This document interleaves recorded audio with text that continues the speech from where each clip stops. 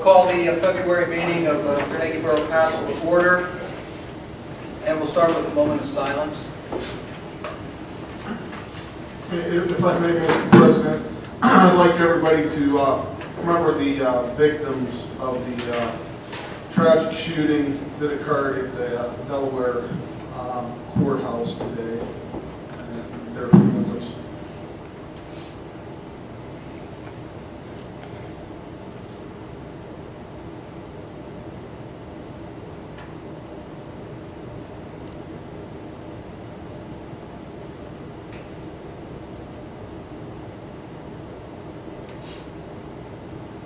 Please rise for the Pledge of Allegiance.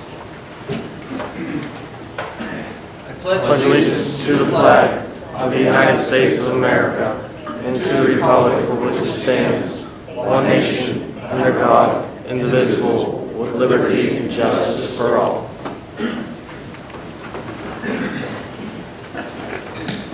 Roll call, please, Chief. Councilwoman Kobe. Here.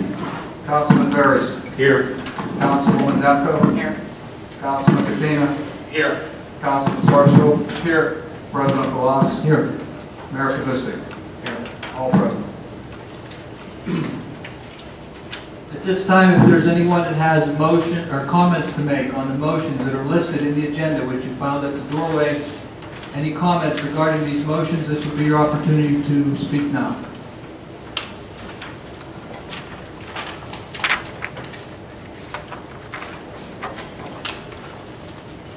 Being no comments, we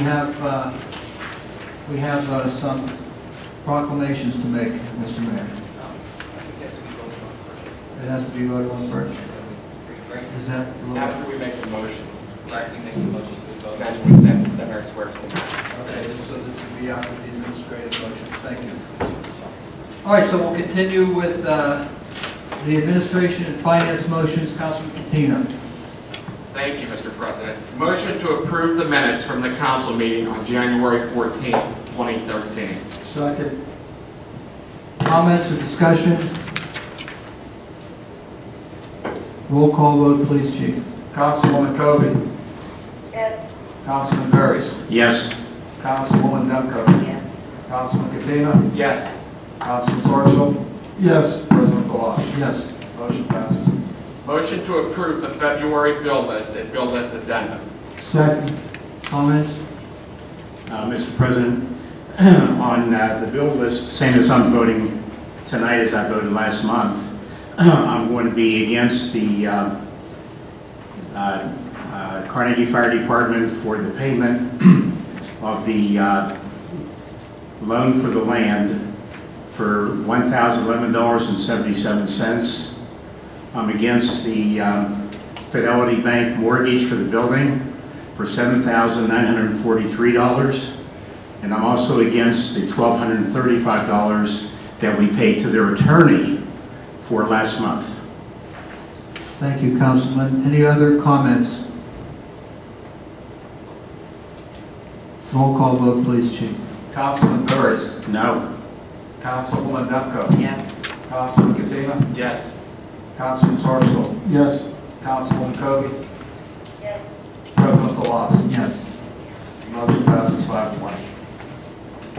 Motion to approve an amendment to the Policies and Procedures Handbook for the Department of Public Works and Administration to include a sexual abuse and molestation prevention policy. Second. Comments? Yes. Just to let everybody know, that nothing occurred within the borough, but this was sent via our insurance company that we needed to make this addendum to our handbook. Any other comments?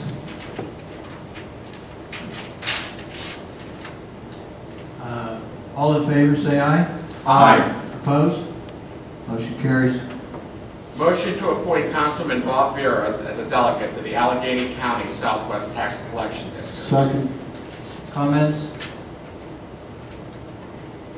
All in favor, say aye. Aye.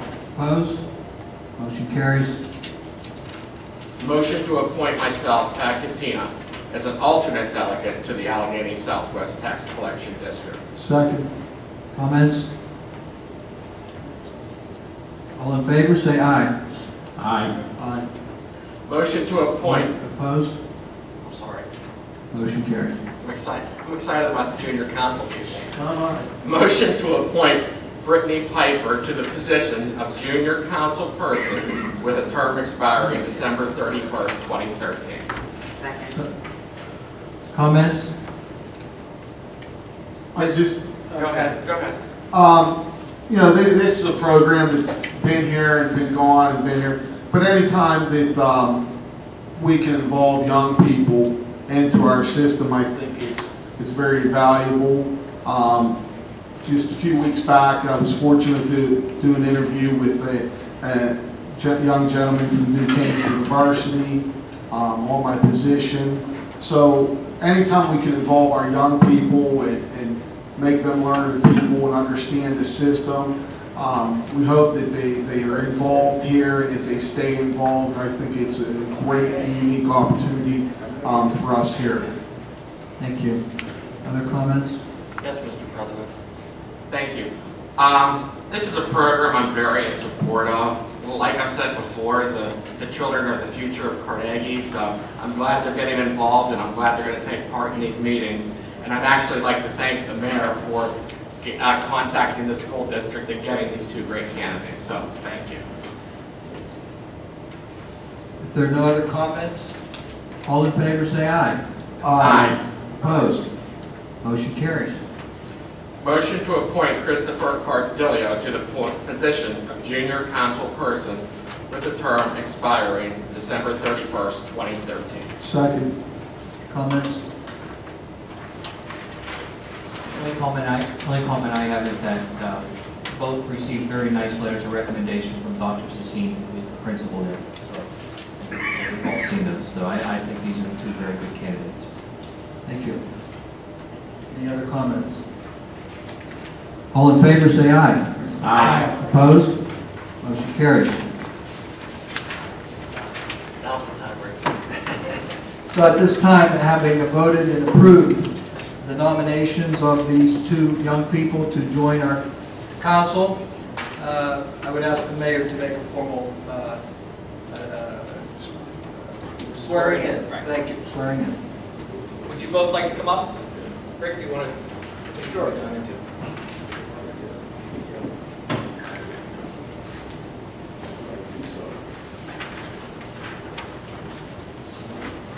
Jason, I object.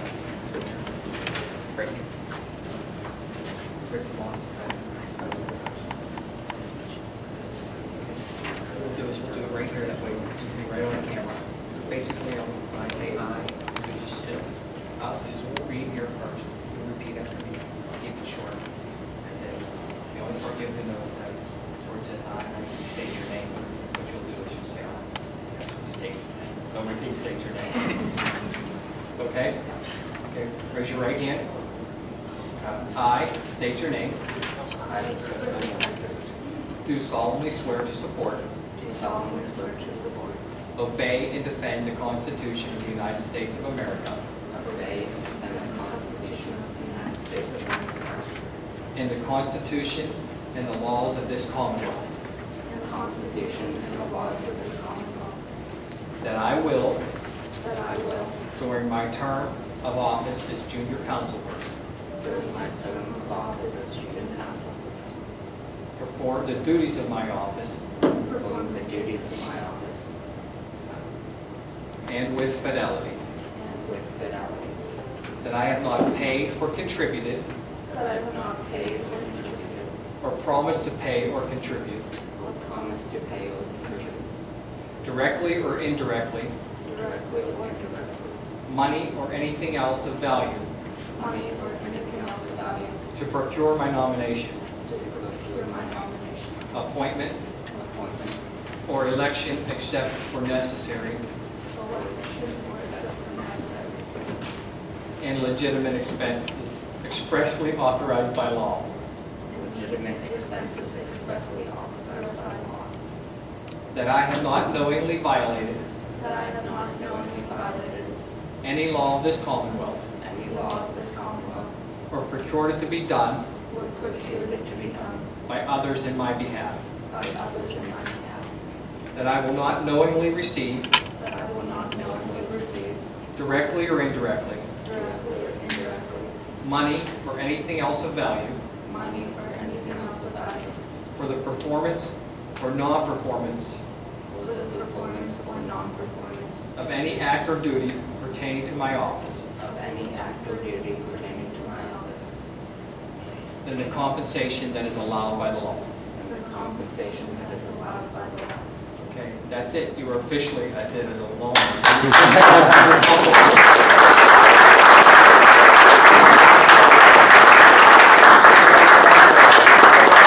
That's the chief. He's the borough manager and the chief of police. You can just walk your way right down and say hi to everybody.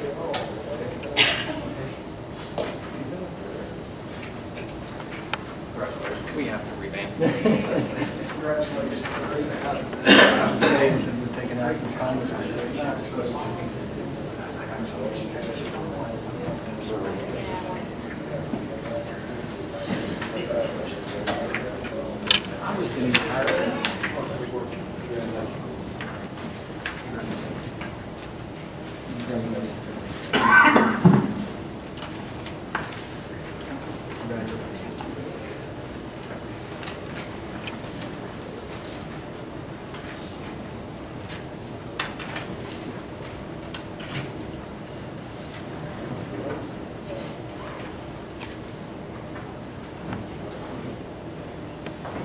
Code enforcement, we have no motions tonight for code enforcement.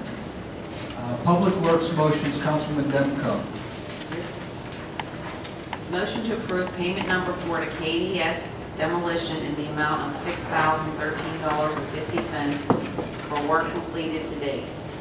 Second. Comments? Chief, this is not the final payment, is that correct, for this work? This is work to date, but not the final. That's correct, it's not the final. Thank you. And again, this is still the money coming out of the bond money, correct? Mr. Yes, President? that's correct. That is correct. Any comments? Mr. President, the only comment that I have to make is obviously there still needs to be some minor work done, and there's a retainer being kept to ensure that that work does get done. Because all the work has been completed at this point. All the demolition work has been completed, but there are a few minor curb restoration and a few minor repairs that still need to be done. Okay. But all the demolitions have physically taken place. Okay, thank you. Chief, a roll call vote, please. Councilwoman Covey. Yes. Councilman Veras. Yes. Councilwoman Demko. Yes. Councilman Katima. Yes. Councilman Sarsfield. Yes. President Velazquez. Yes. Motion passes. Motion to authorize the President of Council and the Borough Manager to execute an agreement between the South Hills Area Council of Governments and the Borough of Carnegie relative to the Shaycog Joint O&M Preventative Maintenance Project Year 2. Second. Comments?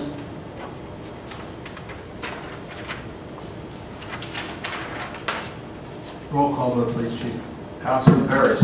Yes. Councilwoman Demko. Yes. Councilman Katima. Yes. Councilman Sarsfield. Yes. Councilwoman Covey. Yes. President Velazquez. Yes. Motion passes. Motion to approve pay application number 3 to Gary Metzinger, cement contractor, in the amount of $50,114.02 for work completed in January 2013 on the Morrow Avenue Bridge reconstruction project. Second. Chief, is this the final payment for that project? It is not. There's some, a little bit of work is still being done, but it's not the final. Okay. Is the road is open, the bridge is open? Yes. Okay. Yes, and the residents are liking it. However, they said, some said, well, you could have kept it closed because it slowed the traffic flow coming through there. But I told her that you know, I'd have some discussions with the chief and with you, Mr. President, again, looking at somehow controlling the traffic. But they're very pleased that it is open, and they're very thankful. And again, just pointing out that that money again came out of the bond money, so we were able to do much good work with that money. Any other comments regarding payments for Morrow Avenue Bridge reconstruction? Roll call vote, please, Chief. Councilwoman Depko. Yes. Councilman Katina. Yes. Councilman Sarsfield. Yes. Councilwoman Kobe. Yes. Councilman Veras. Yes. President Colossus. Yes. Motion passes. Motion to concur and recommend that the bid award for the Shaycog Joint O&M CCTV inspections and cleaning Year 3 project be made to Roto-Rooter Services. Second. Comments? Roll call vote, please, Chief. Councilman Katina. Yes. Councilman Sarsfield. Yes. Councilwoman Kobe. Yes. Councilman Veras. Yes. Councilwoman Depko. Yes. President Colossus. Yes. Motion passes. Motion to direct the borough engineer to prepare bid specifications necessary to advertise the 2013 paving maintenance program for the Borough of Carnegie. Second. Comments?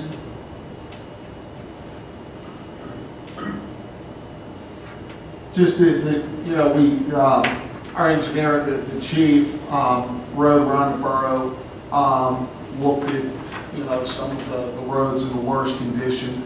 I mean, I don't know if we'll ever be 100% complete with the roads. Just, you know, we're 1 square mile, we have 27 miles worth of roadway that we try to maintain. But believe me, in talking to other elected officials across the county that I've become friends with over the years, our road maintenance program is far exceeds what some municipalities are doing. So we're doing good with it. What we did last year with the roads, with the lawn was great. What we continue to do is good.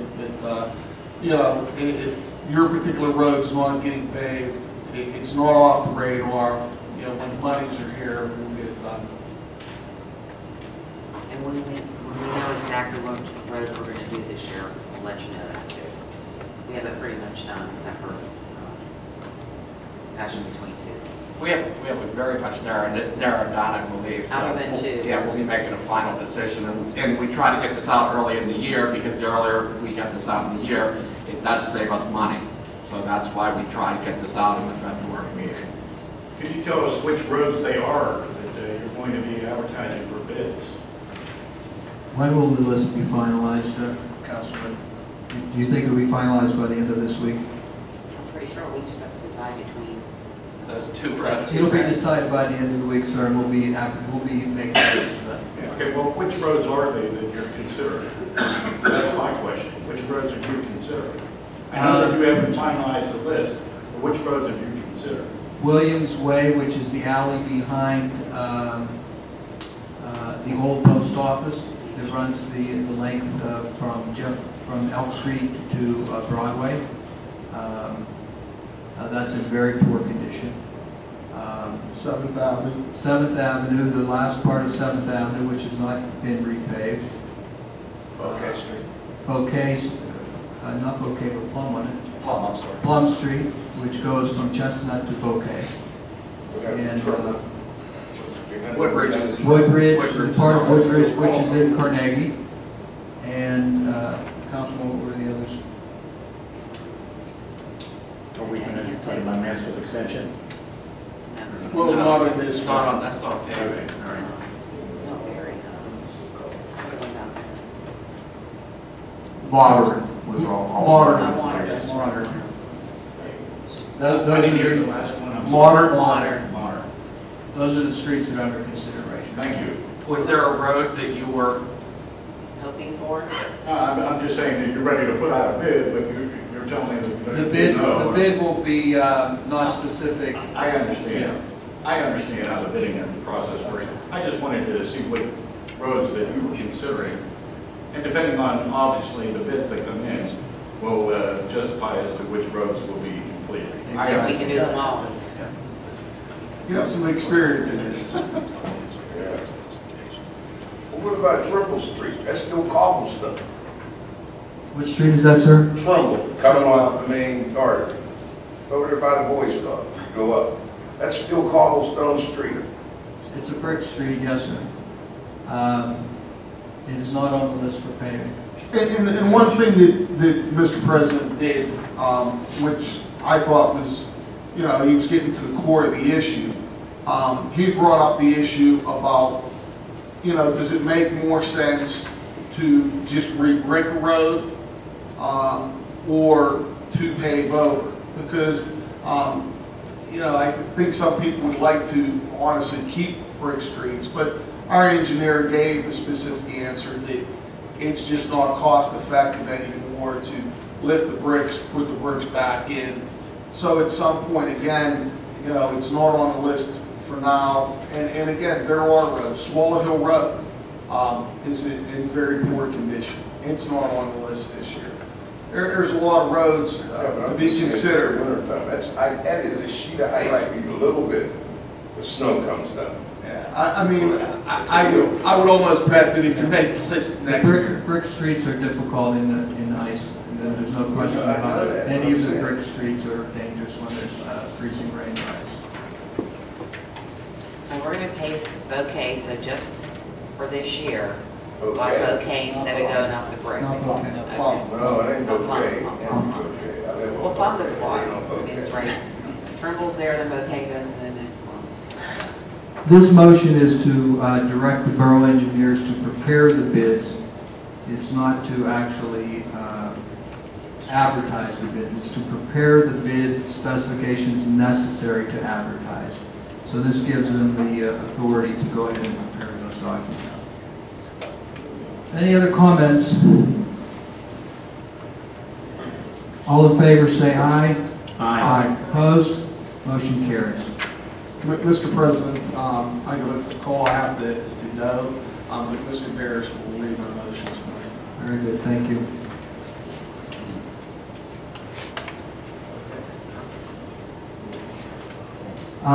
Councilman Veras will read the public safety motions. Motion A, to offer employment to Deneen Underwood for the position of part-time school crossing guard at a salary of $20 per day with no other benefits. Second. Comments? Is this the last of the open positions, Chief, for crossing guards? Yes. If there's no further comments, a roll call vote, please. Councilwoman Covey? Yes. Councilman Veras? Yes. Councilwoman Demko? Yes. Councilman Katina? Yes. Councilman Sarsfield is absent. President Velas? Yes. Motion passes. Motion B, to offer employment to Mary Jumper for the position of part-time school crossing guard at a salary of $20 per day with no other benefits. Second. Discussion, comments?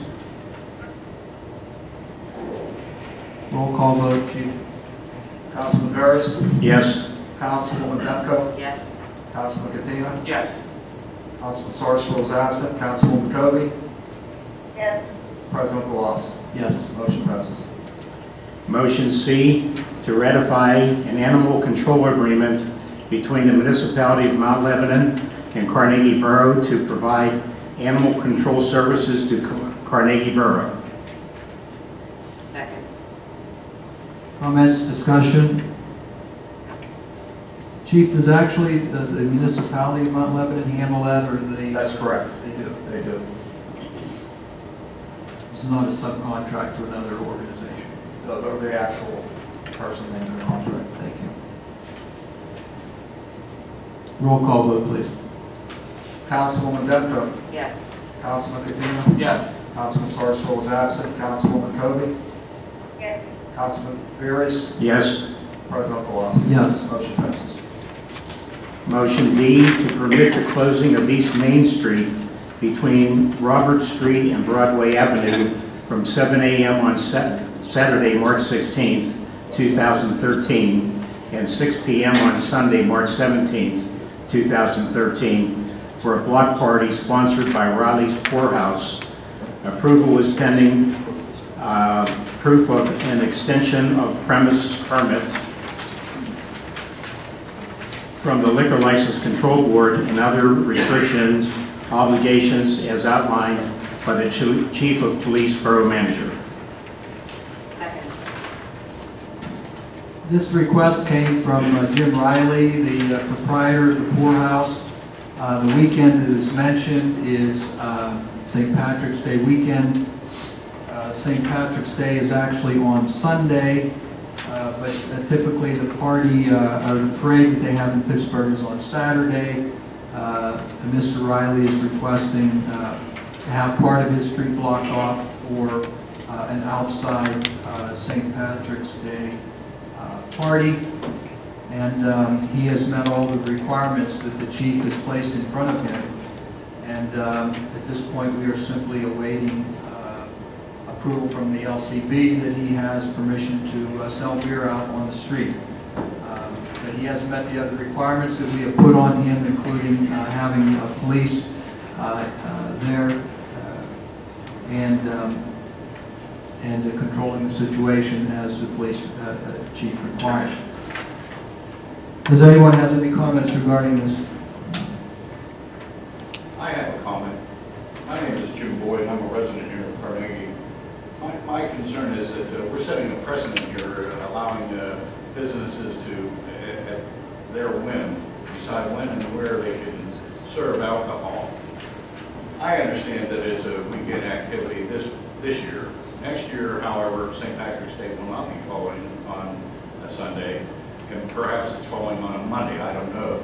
Does that mean that we're going to say, hey, look, you want to have your weekend party, and if we realize it doesn't start till Monday? I just think that our parameters, we should have better parameters involved here. St. Patrick's Day is a 24-hour day period. You folks are allowing a 35-hour period here. I just think that we should consider the ramifications that may be involved in later years as to what may or may not come out of this. That's my only concern. We're setting a precedent here. Well, first, two things. One, I would request that when folks have comments about the motions, that we do that at the beginning of the meeting when that time is provided for. But I'll take your comment. We have had a festival on Main Street for many years where we blocked the road off. So it's not really a precedent to have a street party on Main Street. I don't know that that's really a precedent. It would be a precedent for one individual establishment to do that. Well, this is an individual establishment. Yes. And so your point is taken that it's not been typical for us to do that in the past. But there have been many festivals on the streets before where we've blocked off the streets. We've done so down here at this end of town for St. Luke's, so when they have their festival. Last summer we had a festival, a small festival on part of 3rd Avenue near the 3rd Street Gallery, which blocked the road off for one day. Sir, I understand that you're bringing up the community festivals. I understand that they benefit the community. Yeah. This festival is not benefiting the community. This is helping an individual business. That's my biggest concern. That's why I'm asking you folks to consider, as a precedent, that in future years this may or may not be a likely scenario that we want to consider. Sir, can I just interject one? What would be your recommendation? Well, first of all, St. Patrick's Day is a 24-hour day period, and I understand that. Certainly, this man is trying to accommodate the weekend and earn as many dollars as possible. Being a businessman, that would be my ultimate goal as well.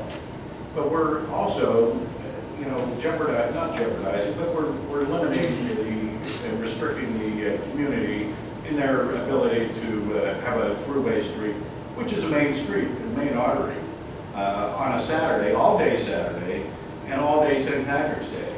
That's my biggest concern. If it closed down perhaps after business hours on Saturday and ran for a 24-hour period, that may be okay. But we're looking at closing it, in the morning when the post office is open, and we're going to have all kinds of problems. That's my biggest concern. Thank you for allowing me to share. Thank you. Thank you. Any other comments?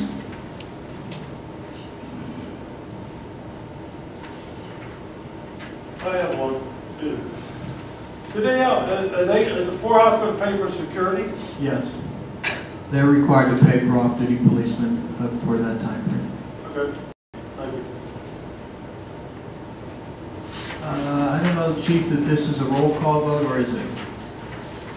Since it involves money, I'd probably make a roll call vote. Okay, please do. Roll call vote. Councilwoman Kobe. Yes.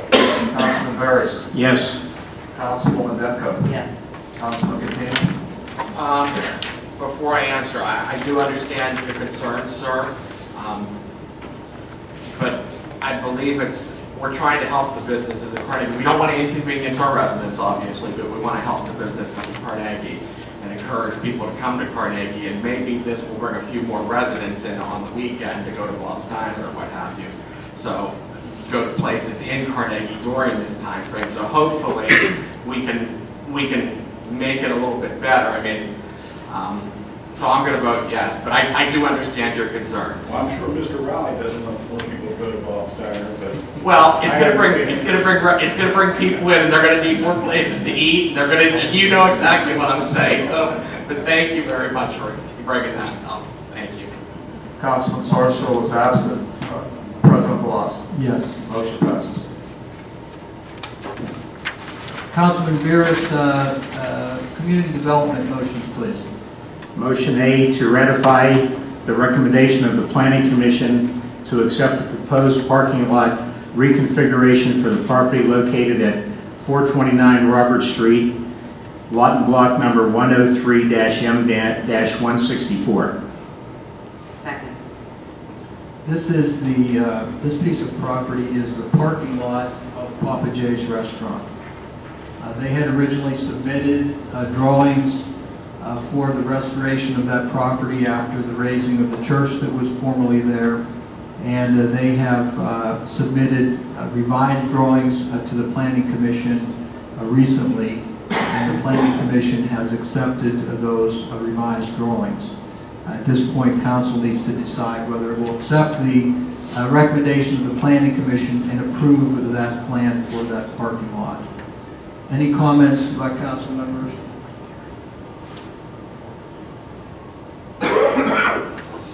All in favor say aye. Aye. Aye. Opposed? Motion carries. Motion B, to reappoint Jim Long to the Planning Commission with a term expiring on January 1st, 2017. Second. Comments? Just a small one. Jim actually does a great job with the planning commission. I think he's a welcome addition. I'm glad he wants to do it again. Any other comments regarding Mr. Long? All in favor say aye. Aye. Opposed? Motion carries. Motion C that you have on your sheet out there has been changed. The new motion C is motion to disqualify the bid of Heartland Restaurant Group for the Borough property located at the intersection of Mansfield Boulevard and Broadway Street, also known as block and lot number 103-M-226, due to the bid not being compliant with the terms of the borough's request for proposal, and to enter into a private negotiation for the sale of the property. Second. This piece of property is the parking lot that the borough owns, which is at the corner of Mansfield and Broadway, would be directly adjacent to the, across the street from the Sunoco station. More commonly, it would be known as the parking lot for the Family Dollar store. We've had several people interested in that property, and most recently, when we posted the bid, we had one bidder.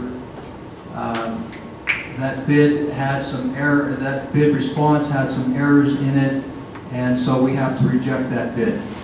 However, being that the Heartland Group is the only bidder, we are going to enter negotiations with them to resolve those open items that are causing us to reject that bid this evening. And upon any successful negotiations, we would announce those here for you to be aware of. So that's what would be happening regarding this motion, if it is approved by Council tonight. Any comments, Council members? Roll call vote, please, Chief. Councilwoman Kobe. Yes. Councilman Veras. Yes. Councilwoman Demko. Yes. Councilman Katina. Yes. Councilman Sarsfield is absent. President Glass. Yes. Motion passes. At this time, we will go into committee reports. Councilman Katina. Thank you, Mr. President. I just have two things this evening. We had a meeting with the bookkeeper of the fire department on Saturday. It was a very lengthy meeting, and I would describe it as very productive. There's still a lot of questions, obviously, that we do need to get answered, and Ms. Peak is going to be in contact with the fire department and try to get these questions answered. And then we're still reviewing the budget at this point. But I think it's very important to state that just because we have a budget for the fire department doesn't mean that the Carnegie Borough will be reopening their budget for 2013. We're working on a budget for the fire department and helping them prepare for the future. But 2013's Carnegie budget will not be reopened. Additionally, I'm hearing from a lot of commercial property owners that the appeals that are, due to the reassessment, the appeals that are being heard, they're losing, unfortunately. And what I'm telling the owners of these properties is, obviously, you have the right to appeal. And when you appeal these, you will file with the court, and you will go in front of the board of viewers. But if you don't agree with your appeal, like I said, it's very important that you make this appeal. Because just don't think you lost at the first level and it's all over and done with. Make sure you appeal and get in front of the court, because a lot of the times, once they weigh the evidence, they will work with you, or you will be able to negotiate a little bit on your tax assessment. And it's like I said, it's very important that people do realize that they can do that. And not just for commercial, but for obviously residential as well. So that's what I have for my report, Mr. President. Thank you. Mr. President, can I add something to that?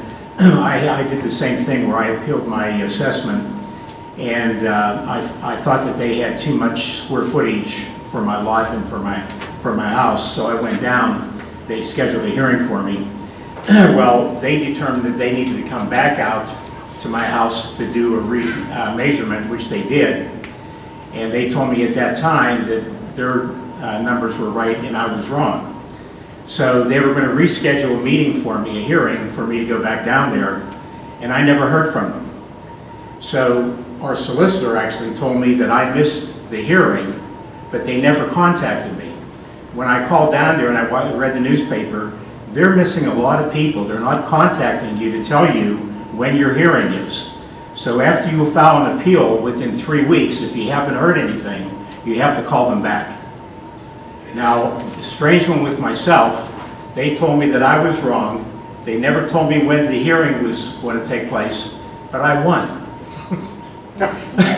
So it didn't make any sense, because I didn't do anything more or whatever, but they sent me a letter and they said that I did win my appeal. So, Mr. Ferris, if I could add to that, just because I've been down there for so many of them,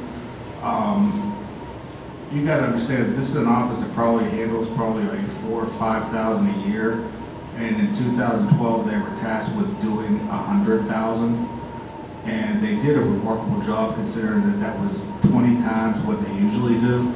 But a lot of them did fall through the cracks, so you've got to stay on top of it. Just from my experience, I did spend a lot of time down there last year, just to chime in with that. Councilman, anything else? No, thank you, Mr. President. Thank you. Code enforcement, Councilman Kobe, anything to add this evening? Nothing this evening, thank you. Public Works Committee report, Councilman Demko. Public Safety, Councilman Sarsfield is absent. Did he leave any report? No, he didn't, Mr. President. Thank you. Community Development, Councilman Veras. nothing this evening. Thank you. My only comments tonight will be brief. There are some positive things happening in the borough right now, and makes us feel good that 2012 is going to be a good year for the borough. We have certain developers interested in coming to town. We have a new director in the CDC this year, Joanne Letcher, who's sitting here this evening, who's involved in keeping that energy going in our business community. Things are picking up. I think our local business people are seeing that.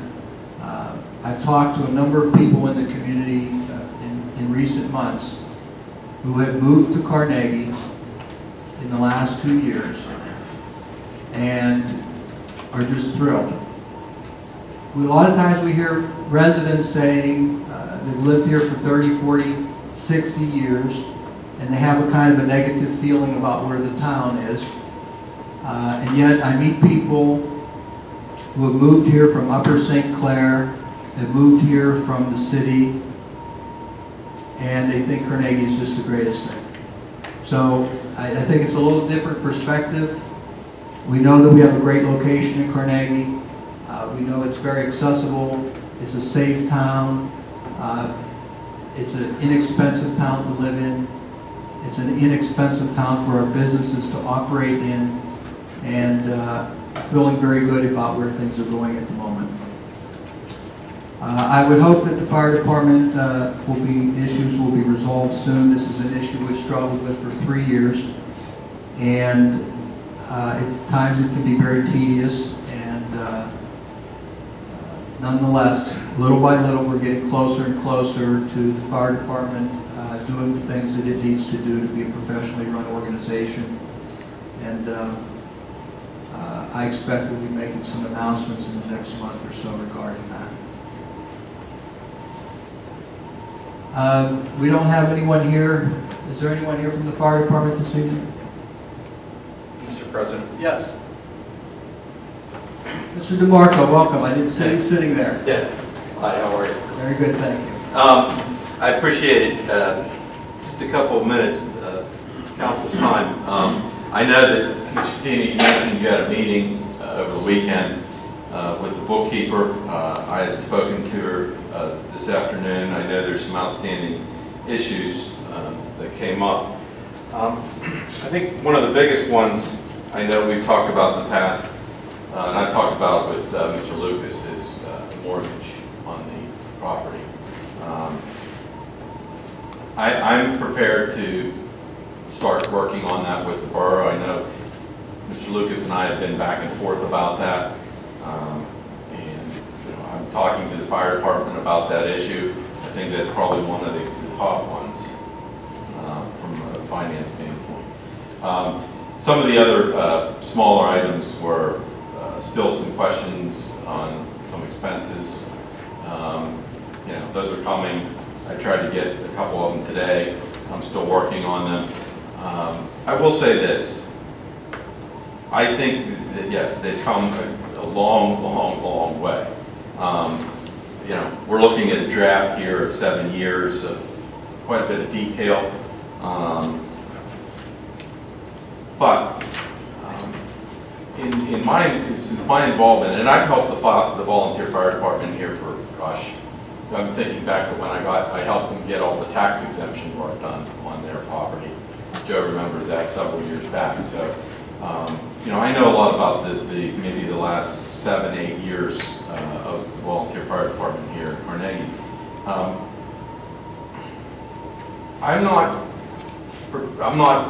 There's no reason, there's no call for pointing fingers at anybody in the borough, and there's no call for pointing fingers at this borough council. Certainly not. But my assessment of what's occurred is over the past maybe 5, 6, 7 years, unfortunately, the fire department has been underfunded. It has been underfunded. I think probably more so that's coming to fruition here because of some bigger capital purchases that are necessary for the fire department. Again, we can't point, there's no pointing fingers here. It is what it is. That's where we are today.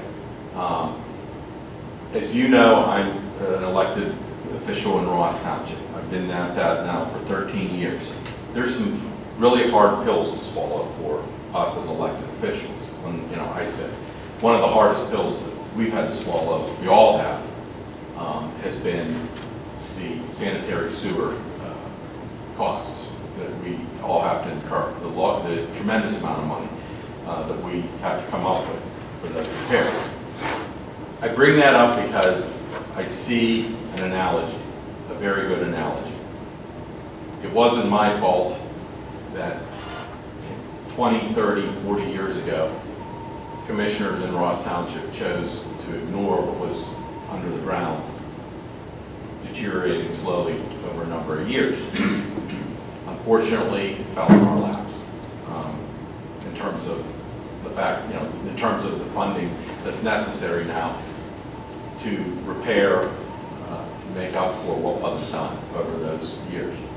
It's just a hard pill that, and it's a hard decision that elected officials have to make. Unfortunately, you make a lot of hard decisions. I know it's not easy, and I'm in that position a lot of times to make hard decisions, and not everybody's going to like them. We know that, but the one most important thing that I think all of you do understand and appreciate is the fire protection is vital to the community.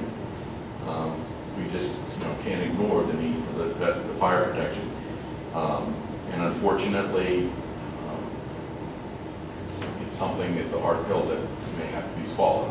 It's nowhere near the hard pill of sanitary sewer repairs that are in the millions, multi-million-dollar amounts over the next 10, 15, 20 years. But it's there. It's there. It's a cost that the borough is obviously going to have to confront.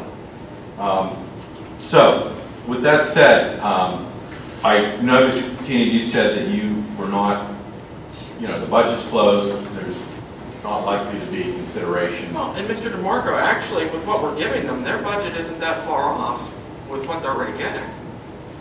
No, if you take the draft for 2013, if you look at their expenses, if you take a look at their operating expenses, they're maybe. But even if we free up another $50,000 on mortgage interest alone, that would go $50,000 towards a capital fund purchase over a 3-year period. The only thing I think really in dispute is the aerial, and I think there's still lots of outstanding questions on this council about the purchase of the aerial. And really, other than that, and a few other questions that I have about state pass-through relief money, about that being rather low, and budgeting for late fees, because in any typical budget, you don't budget for a late fee. If we reduce that, that's a $3,000 savings. There were some questions about what they need in supplies for $25,000. But overall, like I said, even with the capital equipment purchase that's freeing up the mortgage interest, they'd be really close with what we're giving them. Well, I'm glad you feel that way, because I don't see it that way. If you take in a capital purchase for an aerial and another pumper, another engine, that's a big. Well, we need to figure out what the best way, how to deal with the aerial situation. Right. No, I'm glad you brought that up, because I know that discussion has been had, and I think I brought it up the last time I was here, and we've had it in meetings when I've met with you. The ISO rating is supposed to come out. The problem is... When is that going to come out? The problem is that the ISO rating is not done. It's not out yet. The reality is that the fire department, really, what goes into that report depends on what the fire department is able to say about the ability to purchase an aerial. So if they say we don't have an aerial and we have no current idea or commitments for an aerial, then that goes into the ISO report, and they come back and say, well, if you don't have any commitment or any plan for an aerial, your rating is, accordingly, your rating is going to be affected. We should clarify for people listening that the aerial that's being referred to is a truck. It is a ladder truck which will reach to higher apartment building levels. Right. And so it's really, Mr. Katina, it's a catch-22, because if you don't say, well, we have some type of commitment. Does or the we- ISO take into account any other surrounding areas or any other equipment or any, or any other mutual aid? I do believe they take into Because I could- consideration mutual aid, but I don't think that they're I going to could take. produce the previous ISO Yeah. that said we were surrounded by 3 other areas. Right. Now, I can't tell you that. All I can tell you is I've been told by the fire department that the ISO is, they say it's inevitable that the aerial is going to have an impact on the score. How big of an impact, I don't know. But it will have an And the impact. cost of such a truck is what? We should let people know what Yeah, we're talking we're about. probably This is not looking at- This is not $100,000. No, we're looking at probably over $1 million, Over $1 million. Yeah, over $1 million. Now, I've had these discussions too with Mr. Lucas in the recent past. Obviously, they're going to work to find money, you know, if there's money, but you never get $1 million, you never get the full amount if you look for money from, you know, the state for a grant. You're never going to get the full amount to fund the truck, so you're going to have to come up with a proportion, a percentage of the funding What was the necessary. last ISO done? I don't know. I wish you know what, I wish I had that information. Might have been 2-3 years ago. It might have been, I don't know. Because they were having problems with the aerial at that point in time, and that was actually in the ISO. Yeah. It was still serviceable, but it's, those things, they continue, you know, it's kind of exponentially. Now it's to the point where that thing, it may be 2 years from now, they can't even serve it. Is it dangerous? I know I've talked to the chief, and he's had some concerns about it. If he's had some concerns about it, why doesn't he take it off service? Well, no, he doesn't have concerns about it right now in terms of service. He has concerns that in the near future, he's going to, So he's good with it right now. There's no concerns with it right now. It's able to function, and we're. But it's, you know, it's time, it's year. It needs replaced. I understand. Okay. It's going to come up where boom. And the ISO, or they know that obviously how many hours or how many years old it is, that type of thing. So that's going to be the impact. So shouldn't he maybe submit the ISO with what we currently know then, so Well, we can get a rating? That's fine, but then if the rating comes back, it's just going to have an impact in the community. But I guess what the point that I'm trying to get at is the aerial is pretty much the same as it was 3 years ago when they did the last ISO. Oh, I don't think it's the same. The aerial, it's not the same? In terms of what? Its condition? It's... Well, what's changed on the aerial? It's still... The ISO takes into consideration the number of years it's been in service. Mm-hmm. So it's been in service. Now it's been 3 years. We're guessing at the last ISO. But that's what it's taking, that's the consideration, is the number of years. And once it reaches a certain number of years, that's when, you know, the rating goes down. So every year, it's impacting negatively, potentially, your score. So you're I believe you're in Ross, or you're a fireman in Ross? I used to. Okay, you're also a commissioner, obviously. Yeah. So what's Ross's ISO, or what, is it, obviously you'd be familiar with that. Yeah, what did we come out? That was last year, this time. And you probably have a number of aerials in the surrounding communities, obviously. Well, we have one area. Okay. We have one aerial in Ross Township. Okay. And that's right on McKnight Road, or right up off of McKnight Road, which is the main business district, as a lot of people know. We have one aerial, and we have 8 fire companies. Okay. And we fund those each to the tune of about 62,000 annually. And I'm sorry, how big is Ross Township, your square mileage? It's about 15.5 square miles, I want to say, and it's... And how far is your aerial from any one point in that township? Well, if you go all the way down to like the city line, the Bellevue area, it's a hike. It's a pretty big hike. You said that you fund your fire companies at about 60,000? 62,000. 62,000 per 62,000 each. And how many do you have? 8. You have 8. Yeah, 8 fire. And we fund our fire department here at $142,000 per year for one company for expenses, plus another 30 for the payment on the pumper truck, plus also their workers' comp and their gasoline. Yeah, but let me clarify. You don't think that there's No, let me clarify that there. the budget, and I wish I had a copy of the budget, the actual budget for Berkeley Hills alone is probably quadruple that. That's just what we give them. Well, that's a very important number, what the tax. I mean, what you're looking at is, I would say that's a good comparable company to Carnegie, because of the type of business, the type of, they cover a district that encompasses a lot of commercial properties. You're saying it's comparable, but it sounds like about 3/4 or more of their funding they manage to produce on their own. Yeah, they have a lot of different funding. They get, they get some state grants. They get some, I know they get some state grants. I wish I had the budget. I did have it in the past, but they get state grants. I don't think they get any federal anymore. Yeah, they're able to. See, for us, it's completely opposite. Yeah. Where we're funding most of the money for the fire department. I recognize that. And we honestly believe if there are capital requirements for the fire department, if we could get out from underneath a mortgage that's $100,000 a year on a fire hall, we could probably come up with money for that truck. I understand that. I mean, Mr. DeLoss, I understand that. To ask the taxpayers to keep just like a never-ending thing. I understand that.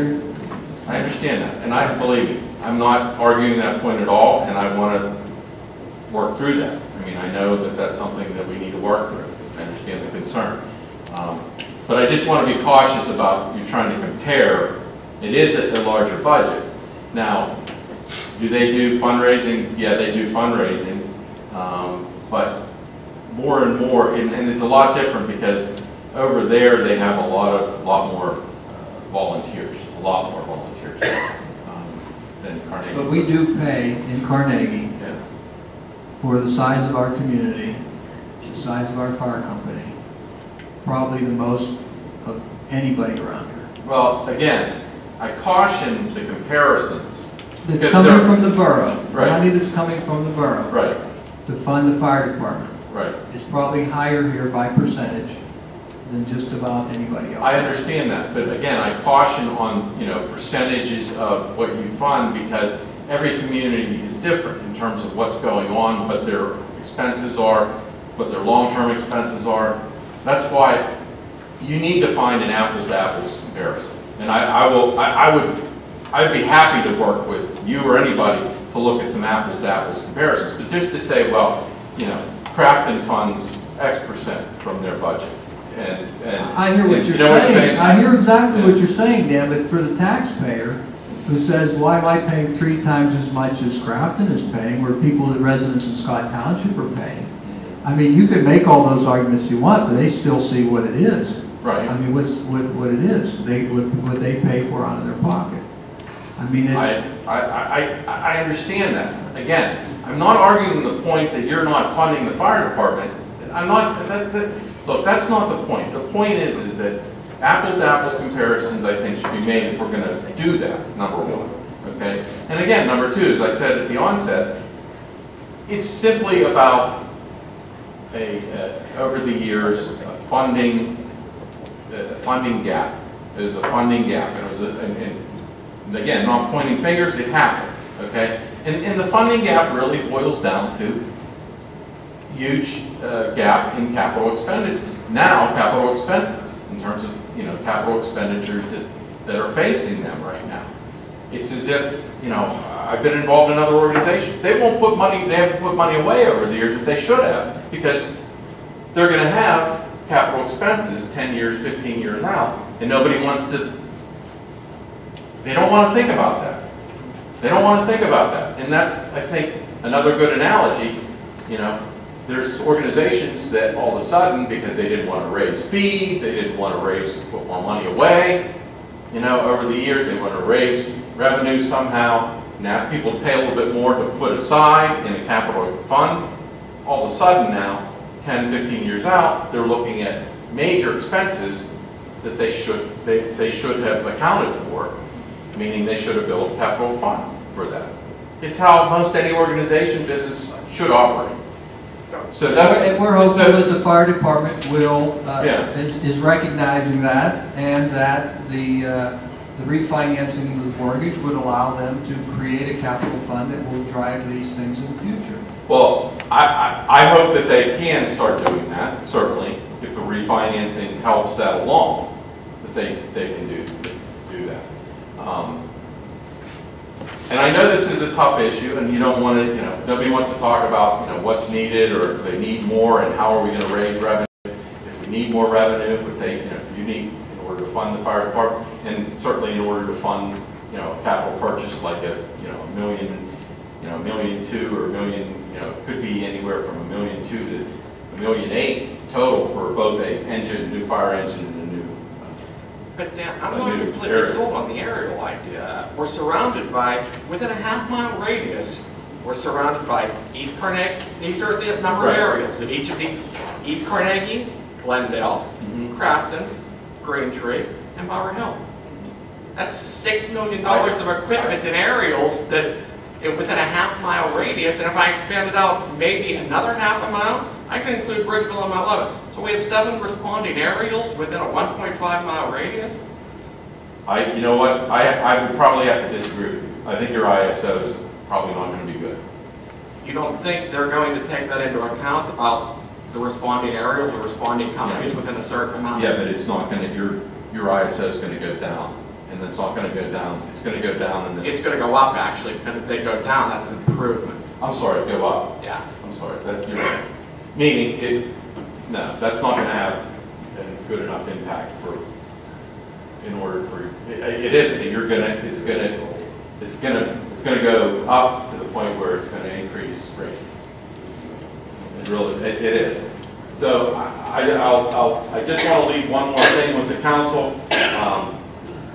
This is an ordinance that it was adopted by Forest Hills. Forest Hills adopted this ordinance.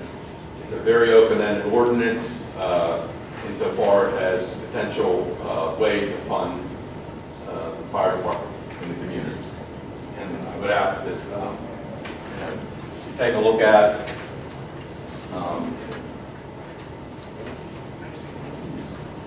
Did you get one from Mr. Sarsfield? If you just take a look at it, it essentially what it does is it sets up an arrangement for a fee, potential. Anybody else? The potential fee that the municipality or the borough could adopt, and it's open-ended to the extent that you can set the fee from time to time, anytime, at whatever rate you want to set it at when it comes to needs for funding. And as it says in under Part 6, Section 611, Paragraph 2, it shall be set from time to time by resolution. So you could adopt this ordinance and then at some point say, hey, we're going to need X amount of dollars to fund the fire department. And this would allow you to just simply adopt a resolution that would say, okay, the resolution is X number of, the fee will be X number of dollars for, in paragraph 1, it breaks it down for multifamily, residential, and commercial properties within the borough. And you can count those out, get your list of properties, say this is what we have in terms of those, and you make an estimate based on those as to what you might have to charge for that. But it has to be in those, each category of home has to be the same fee. And then you come up with the money, and then maybe 2 years out, it's not necessary anymore, and you adopt a resolution that simply says, we're no longer going to have this fee. The fee is hereby discontinued. It's open-ended. It gives you that leeway, that ability. Mr. Walker, just a question on the resolution adoption. Yeah. Was this ordinance in place before or after the new borough code was adopted? I'm not sure. I think it might have been. It might have been after. Okay. It may have been after. Because I know it was adopted. It was adopted in, as I said, Forest Hills adopted it, I think, within the last year. And actually, Forest Hills, the problem they had was the fire department resisted that. It was the borough council who said, "This is what we're going to do." Well, I thought under the new borough code, it was a little more difficult to adopt things like this under resolution and be adopted under ordinance. No, not that I know, not that I've researched. Now, I'm not, Mr. Lucas is your attorney, but I've researched it, and I've talked to a few other borough solicitors, including Forest Hills borough solicitor, who I know, and he said this is perfectly fine. So and that's what they let me get this straight. So the fire department wants us to render an additional fee onto the residents of Carnegie. Okay? No. Okay. Tell me what. Okay. What they're saying is, okay, we know right now, without going, I don't want to go into the back and forth, but we know right now that the council they wanted to actually, or they did adopt certain, right now they have certain, I don't know what the tax is or whatever, whenever it was decided just a few years back that the fire department needed X amount of dollars. This is simply something that would replace that, or partially maybe fill that, what was adopted, replace that as a new means to raise revenue. I can tell you, I can tell you those two fees bring in only $60,000. So if I thought it was a lot. I thought I brought in all of them. No, those two fees bring in $60,000, and we can share the exact breakdown with you. But if the fire department wants to live on $70,000 less, and I can give my residents a break and cut those fees, I'll do it tonight. Well, that's not my understanding. My understanding was that those fully covered what you're, No. Okay. If I can give my residents a break tonight, I'll cut the. Well, Mr. Katina, then I'm wrong. And then yes, what you initially said is, well, this would be in addition to. So you want an additional. No. You want an additional fee on top of that. If it doesn't bring in the full amount, then. Exactly. If you're saying that was meant to bring in 60,000. So it would be an additional fee. It would be, okay, well then if this is what you need to do in order to meet their budgetary needs, then here's a proposed means to do it. So right now we give them $142,000. I would need to create an additional fee to raise more money for them. No, again, that's not what I'm saying. What I'm saying is that if you're comfortable with whatever means that you're raising money to fund the fire department, then fine. They don't have a problem with that. What I'm giving you here this evening is something down the road in the future. Dan, can I ask you a question? Yeah. We did a survey through our COG group over here of 14 different fire departments around the area as to what or how they get funded through their municipality or borough, or how much they get funded, and also they operate on about 60% grant money and 40% taxpayer money. Right. Why can't we do that here? Mr. Veeries, it would be great. Again, I've said, fire department has been underfunded for a number of years. They're going to have to play catch up. Tell me how they've been underfunded. They have capital needs. They have long-term. I've been on council for 3 years, and this new program for us to try to get your financial records so that we can make sure that our taxpayer money is being spent properly. Yeah. We've done that for 3 years now. Okay? Well, I can't speak to that.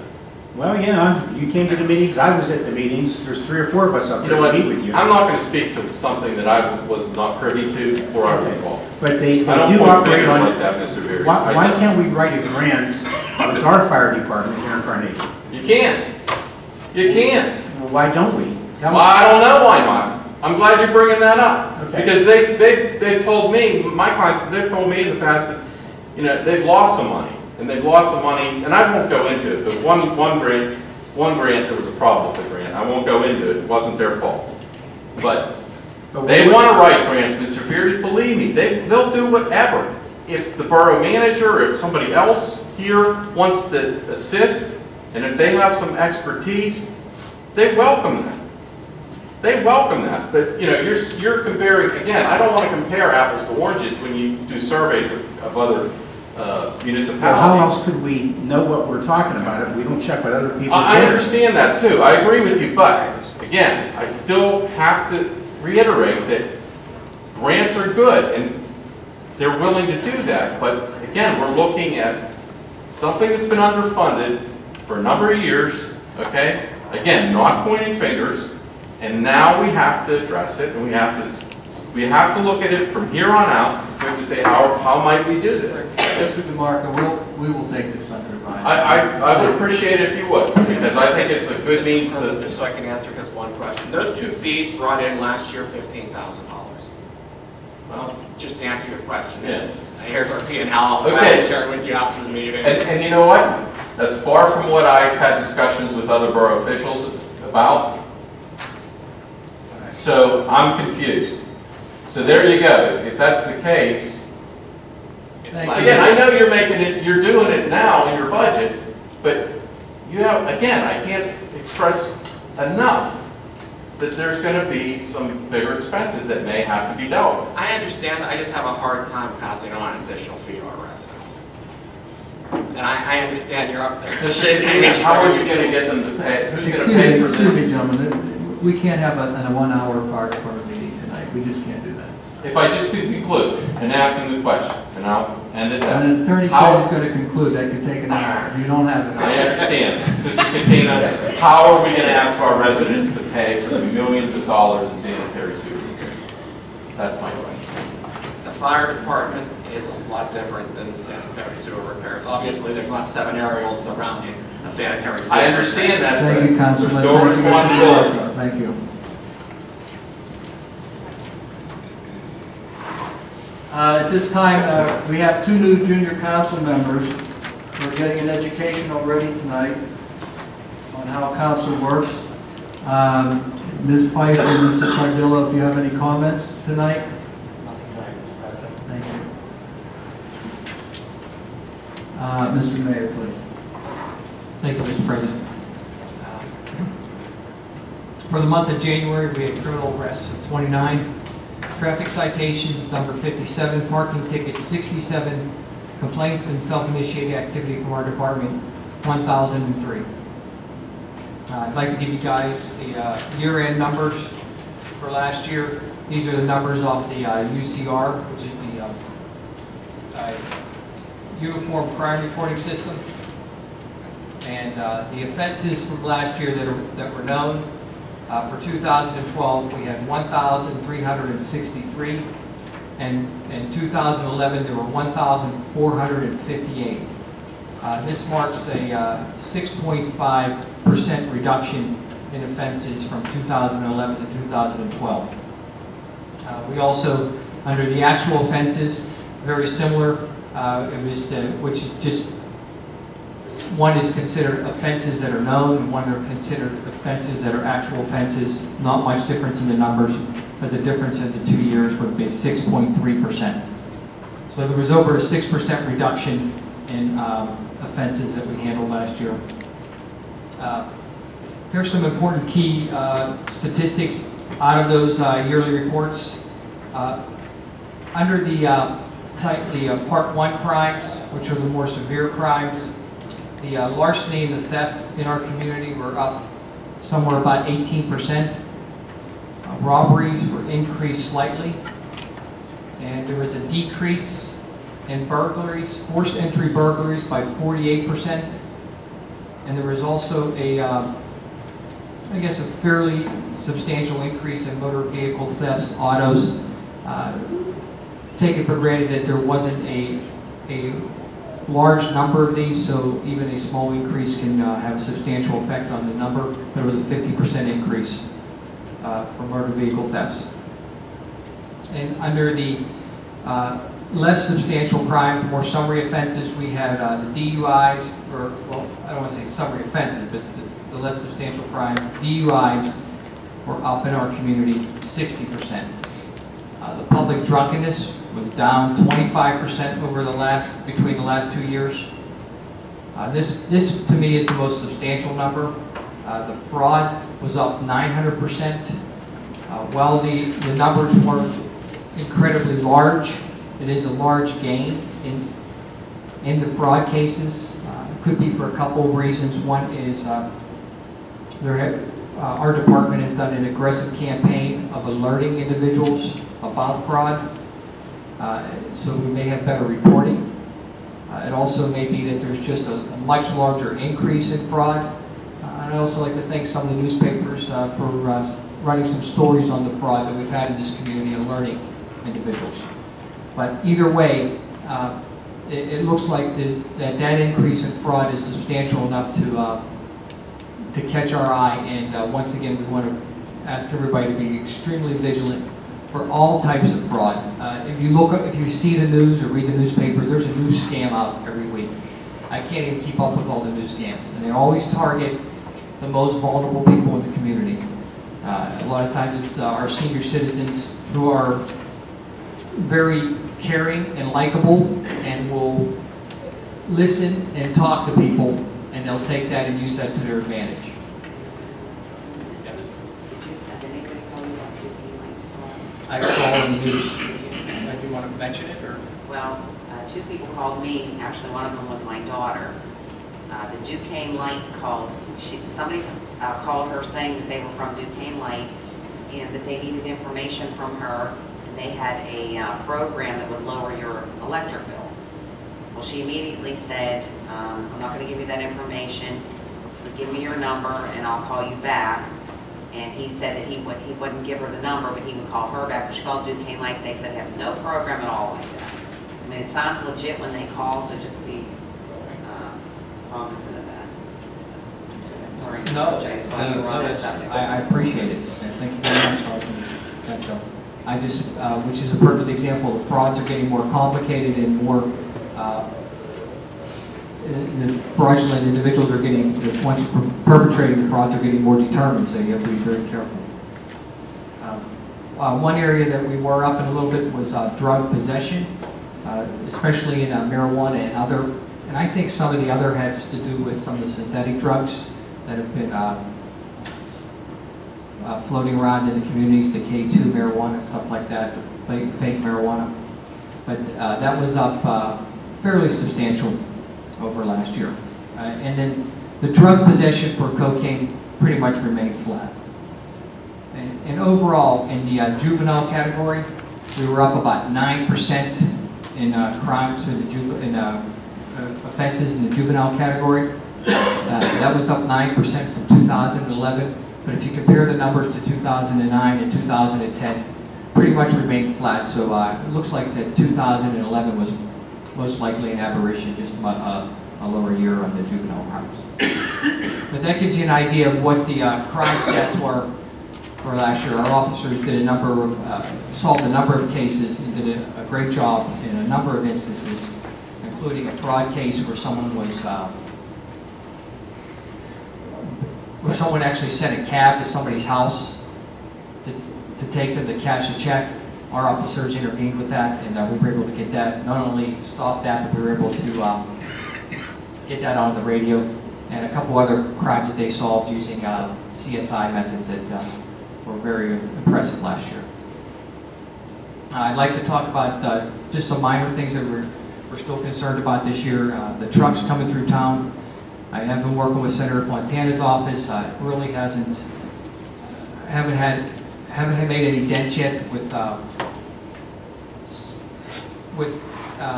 guess stuff that we can use to help prevent that, to slow down the transportation, especially of the flammable fuels coming through town. A new concern that I have that I don't know what we can do about it, but it is something I'm looking into. I've already talked to our state rep about that too. I mean, our state senator about that. Is the trains are coming through town more frequently, and if you notice, most of them are carrying nothing but tanker cars, which is flammable material. And if something would happen, I don't even know how prepared we would be for an emergency of that nature. So I'm going to hopefully stay on top of that. And if you notice, next time you see a train come through town, look at all the tanker cars attached to it. That's all residual gases coming from the Marcellus Shale drilling. And then last year we also had a homicide. Unfortunately, we had a very somber reminder of that homicide. It was a domestic violence incident. And that was a year ago on February 8th. They had a candlelight vigil for the victim. I just want everybody to remember that while this is Valentine's Day coming up, not every Valentine or everybody's love life or domestic situation is as great as others. So there's a lot of domestic violence out there. 1 in 4 individuals who will experience domestic violence in their life. And if you're interested in helping out or getting involved, the Women's Center and Shelter of Greater Pittsburgh, which is the number is 412-687-8017, has some great ways you can do that, and also the National Center at 1-800-799-SAFE. And after the vigil on Saturday night, it really is important for people to get involved. So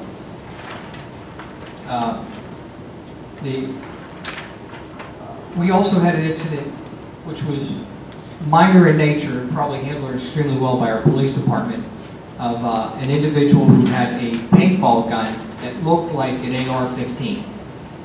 Of course, in that situation, our officers respond to that, and we have to assume the worst until we can prove the best. But the officers did a good job of diffusing the situation. But you have to remember, and I have to remember as a father, and especially with some of the toy guns that they have out there, paintball and whatever, is that and airsoft and those type of rifles, that they look very realistic, and it could be a problem, especially if it's not marked correctly with the orange tip for the police department.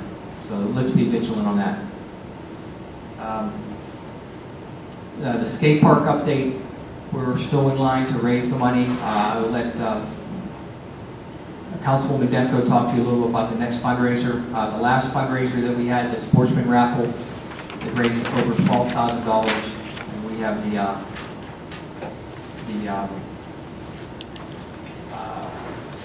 balance sheet right here for that. So we're at this point it'll be about $35,000 that we still have to raise, but we're moving forward on that.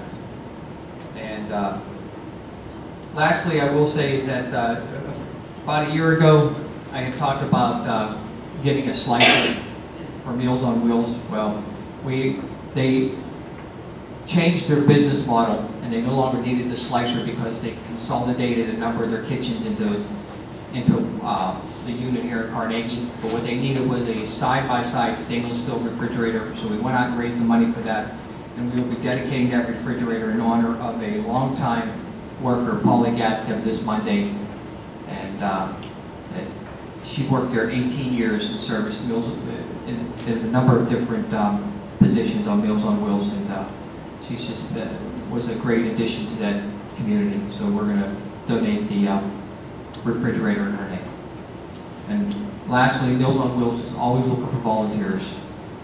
Anyone that's interested in volunteers, you can contact the Carnegie Meals on Wheels or the Lutheran Service Society, and they will put you in line with the individuals you need to volunteer. So thank you very much, Mr. President. That's all I have today. Thank you. Mayor, if I could maybe get a clarification, the overall crime in the borough is down, and yet some of these several of serious crimes are up, so they must obviously be representing a small percentage of the crime in the community. Yes, that would be clarified. Yes, the crime is down about 6.5%. Some of the ones that are up, the larceny and the theft, well, it's a serious crime. It's a crime that sometimes increases when the economy is bad. So I think that's part of the reason why the larceny and theft, the same with the robbery. The thing that I noticed that the burglaries, the forced entry burglaries, are down 48%, which to me was a significant number as a drop in that, because I would expect those to continue in this type of economy too.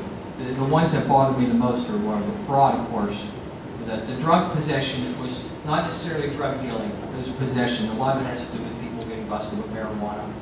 And you know, there's a lot of that out there, so, and it could be just the fact that we're more officers on the street, more busting the marijuana, that type of thing, plus we have a drug dog that does a great job.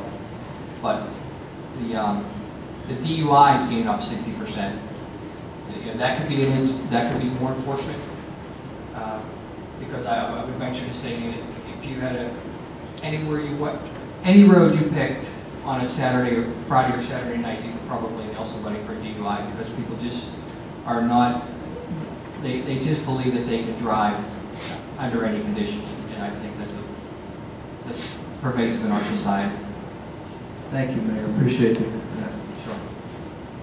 At this time, if anybody has any comments they would like to make, this is your opportunity to do so. Please step up here, sir, and state your name, where you live.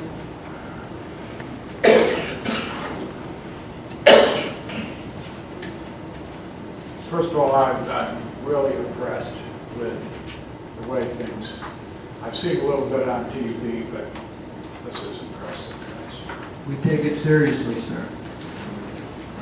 David A. Henry, residence on 47 Woodbridge Drive, and I just, 2 or 3 things moving on here.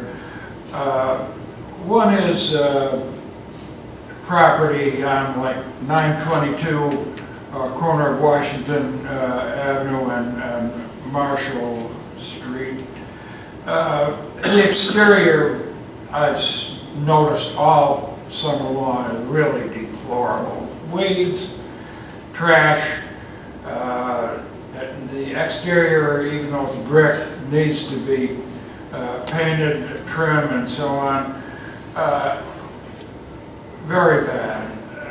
In fact, the mayor lives right next door, and yes, I live next door to a vacant property. I'm talking about pride in Carnegie, or any borough. I'm talking about Carnegie. We live there. Pride. The house on corner of Woodbridge Drive and Forsyth Road, I'm just guessing you folks either said complete the construction or put it up for sale and move on.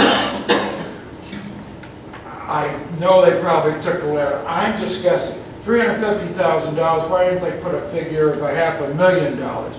They'll never get $350,000. That's just it isn't right. They've got to do something. I have a lot of friends of mine say, yes, when are they going to finish that house? That's my next comment. One other quick one. This Family Dollar store down here in Carnegie, I know we need business in this town, but again, around that property, there's nothing but trash. I don't see why we can't get some sort of an agreement with these people to police, or whatever you want to call it, clean up the trash daily. It's called pride. And finally, what I'm understanding is Woodbridge Drive, you intend to pay our street on Woodbridge Drive to the extension where it joins with Scott Township. And I'm hoping, I'm thinking that 35 years, I think, since that street has been paved. I want to thank you again for your time. Thank you, sir.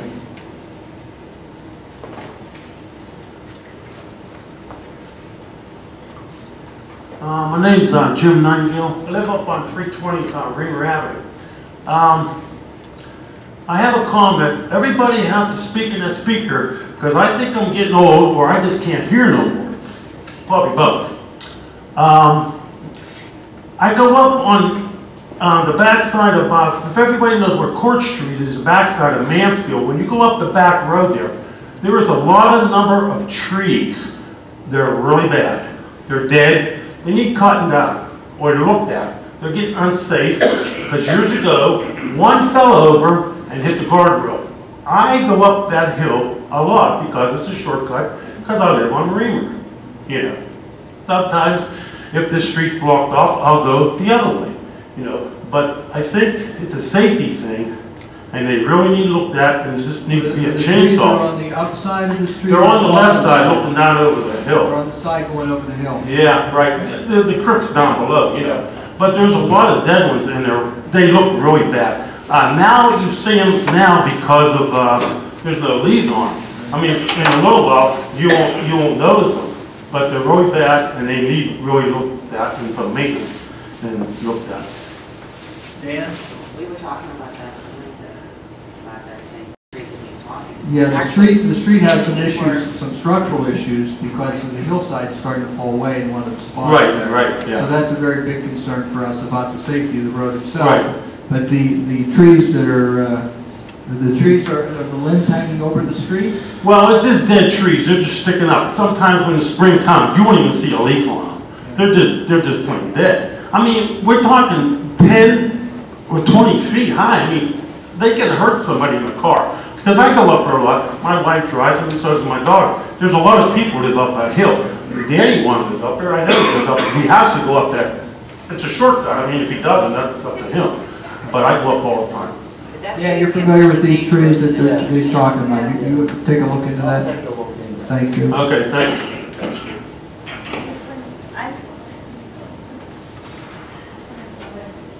I have to have you come up here and talk into the microphone because this gentleman can't hear you. That's my husband.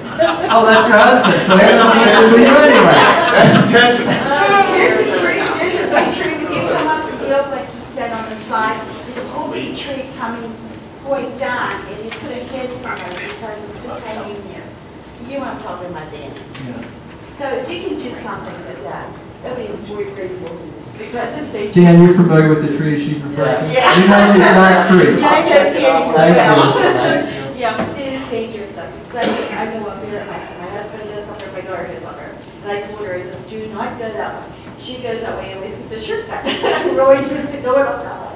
So if you can do something with it, we'll appreciate it. Thank you. Okay, thanks. I'm not going to talk about any more trees.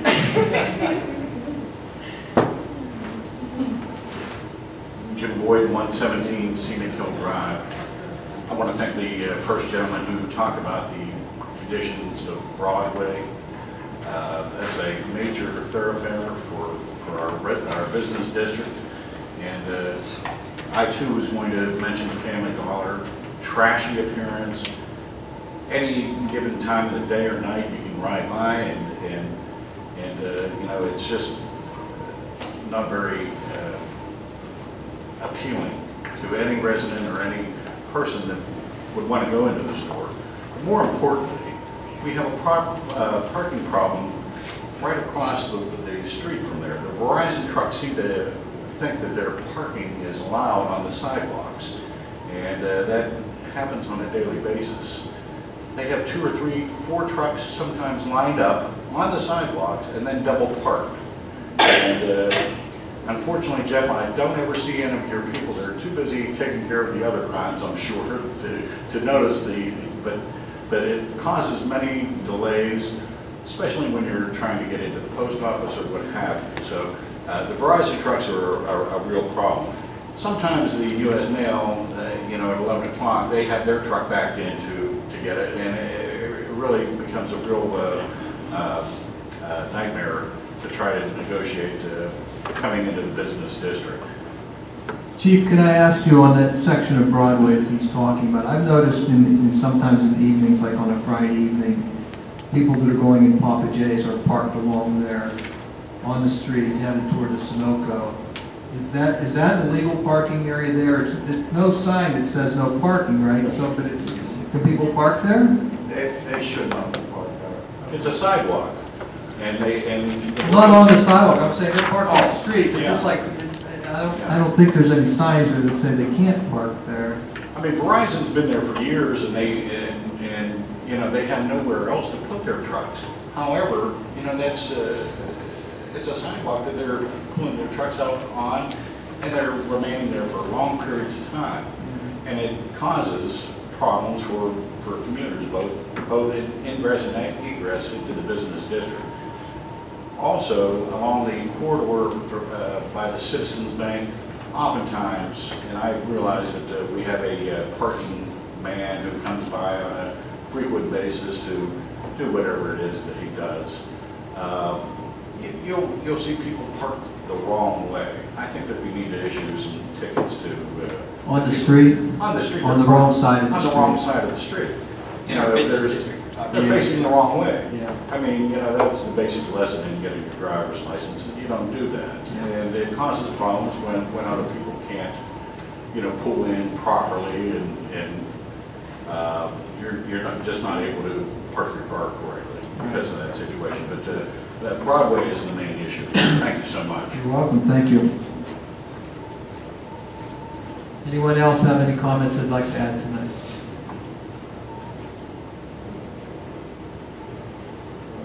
At this time, I'll ask our council members if they have anything to add in the general good and welfare for the community. Mr. Veers? Nothing this evening. Councilman Kobe, you're still on the phone? Nothing this evening. Thank you. Councilman Demko? I would just like to tell everybody that our next fundraiser for the park is April 6th, and it's a murder mystery dinner. Lots of good food, mixers, beer, bring your own bottle if you want something different. We're going to have a Chinese auction, and it's going to be it's a murder mystery, but it really is a comedy. And it's going to be really good. So the tickets are $25 a piece. It's April 6th. It's at the Firehouse, and 6 o'clock. And if anybody would like tickets, you can call me at 412-951-1017. And happy Valentine's Day. That's it. Thank you. Councilman Katina? Nothing for me this evening. I'll let you talk about the talent show. The talent show. Yes, was that just last week? There was, at the elementary school, there was a talent show of our elementary school students, and it was just great fun, really, to see that from kindergartners up through 6th grade, kids up on stage doing everything from playing piano and violin to singing popular songs and dancing, and it was really great fun. It was a great encouragement. There was a full house, of course, a lot of parents there, but a lot of other community members like myself whose kids are grown. My kids went to that school, but they're grown and have kids of their own now. And it was just, very nice. 2 evenings, and it was great fun. So I would encourage you to keep your eye on what's going on at the school here in Carnegie. A lot of good things. We have a tendency sometimes to discount our young people, and we shouldn't do that. They have a lot of great talent, great skills, and they're very energetic. And I think if we keep them going in the right direction, they'll be a great asset to our community.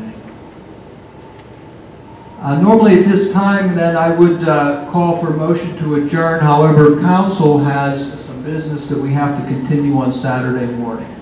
We are interviewing engineering companies. Earlier this evening it was mentioned how much money we spend on sewer repairs, and that is a huge budget item for us. And so we're interviewing engineering firms, and we're not ready to make a decision tonight, so we're going to continue that process on Saturday morning. So rather than call for motion to adjourn, I will say that we will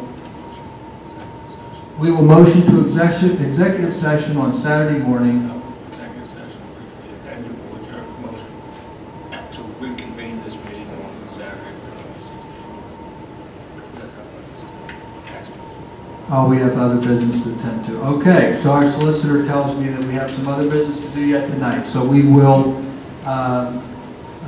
continue an executive session in the back room, which is not a public event. We have some legal things to discuss regarding some tax bills, and after that, then we will continue on Saturday morning. Thank you, everyone, for attending. Have a good month.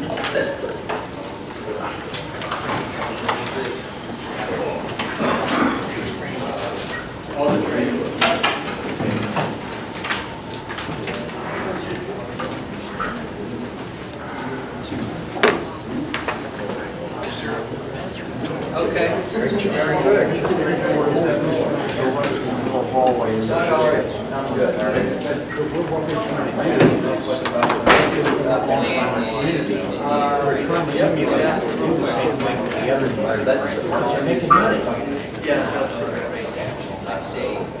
Process of this right now. Sure.